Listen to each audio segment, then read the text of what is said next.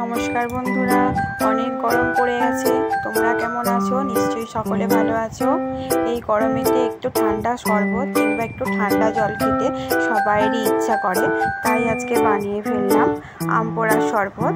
খুব সহজ এবং সিম্পল রেসিপি, 5 মিনিটের মধ্যেই কিন্তু এই রেসিপিটা বানিয়ে ফেলা যাবে। তো কিভাবে বানিয়েছি সেটা একবার দেখে নিই। তো সবার প্রথমে আমি দুটো আম নিয়েছি। আম দুটো ভালো করে কেটে নিচ্ছি মধ্যখান থেকে ছুরি দিয়ে।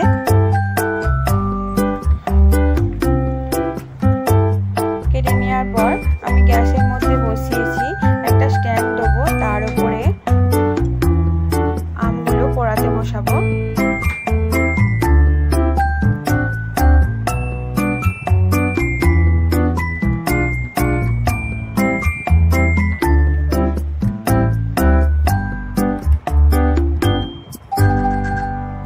গ্যাসের ওপর আমি সরাসরি করছিলাম, দেখো। তারপরে আমি একটা স্ট্যান্ড নিয়েছি, স্ট্যান্ডের উপরে বসিয়ে দিয়েছি।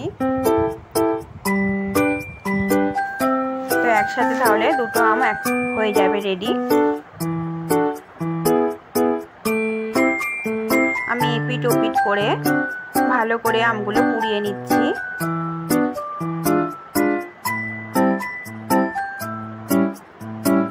আমগুলো পোড়াতে যেটুকু সময় লাগবে সেটুকু সময় লাগবে, শরবতটা করতে কিন্তু বেশি সময় লাগে না।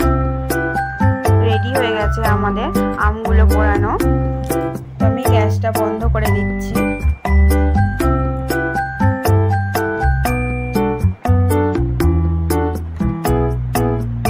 আমগুলো ঠান্ডা করতে দেবো, তারপর আমের খোসাগুলো ছাড়িয়ে নেবো।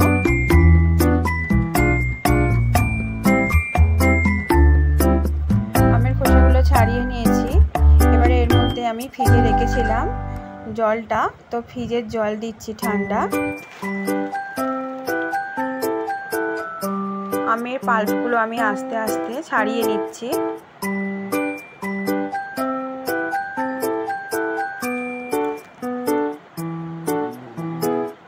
এরপর আমি দানাটাকে ফেলে দেবো।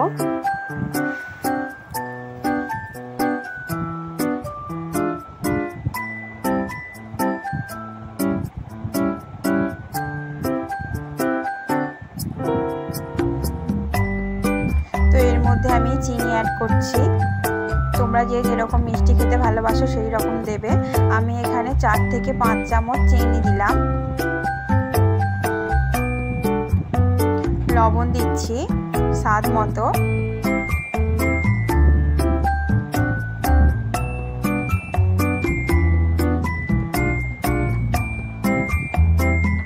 তো এরপর আমি এখানে যোগ করব চাট মশলা। 1 চামচ চাট মশলা দিলাম। চাট মশলাটা দেওয়ার কারণে আমের যে একটা পোড়া গন্ধ ছাড়ে, সেই পোড়া গন্ধটা কিন্তু থাকবে না, অনেকে ভালোবাসে না। তো আমি এখানে 1 চামচ ছোট চামচের বিট লবণ দিলাম। সমস্ত কিছু উপকরণকে এবার ভালো করে মিশিয়ে নেব। তো আমি অর্ধেকটা লেবুর রস মিশিয়ে দিলাম।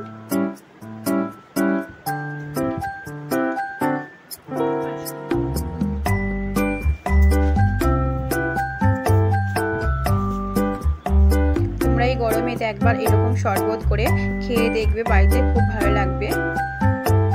ছোট থেকে বড় সবাইরই এই শরবতটা পছন্দ হবে। তো ভালো করে মিশিয়ে নিচ্ছে সমস্ত উপকরণকে।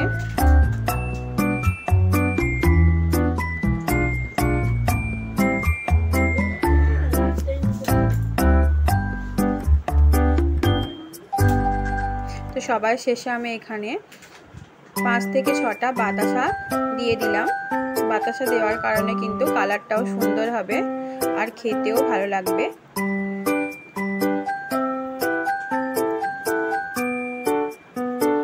তোমরা এখানে 4 থেকে 5টা আইস কিউব দিতে পারো। তো রেডি হয়ে গেল আমাদের আম পোড়া শরবত। এবার এটা একটা ছাঁকুনির সাহায্যে ছেঁকে নিলেই রেডি হয়ে যাবে। তো আমি ছেঁকে নিচ্ছি এখানে।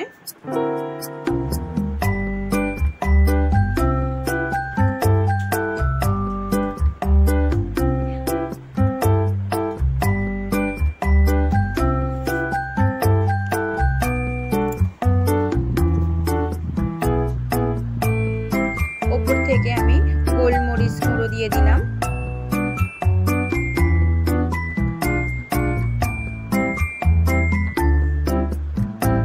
তো রেডি হয়ে গেল আমাদের আম পোড়ার শরবত।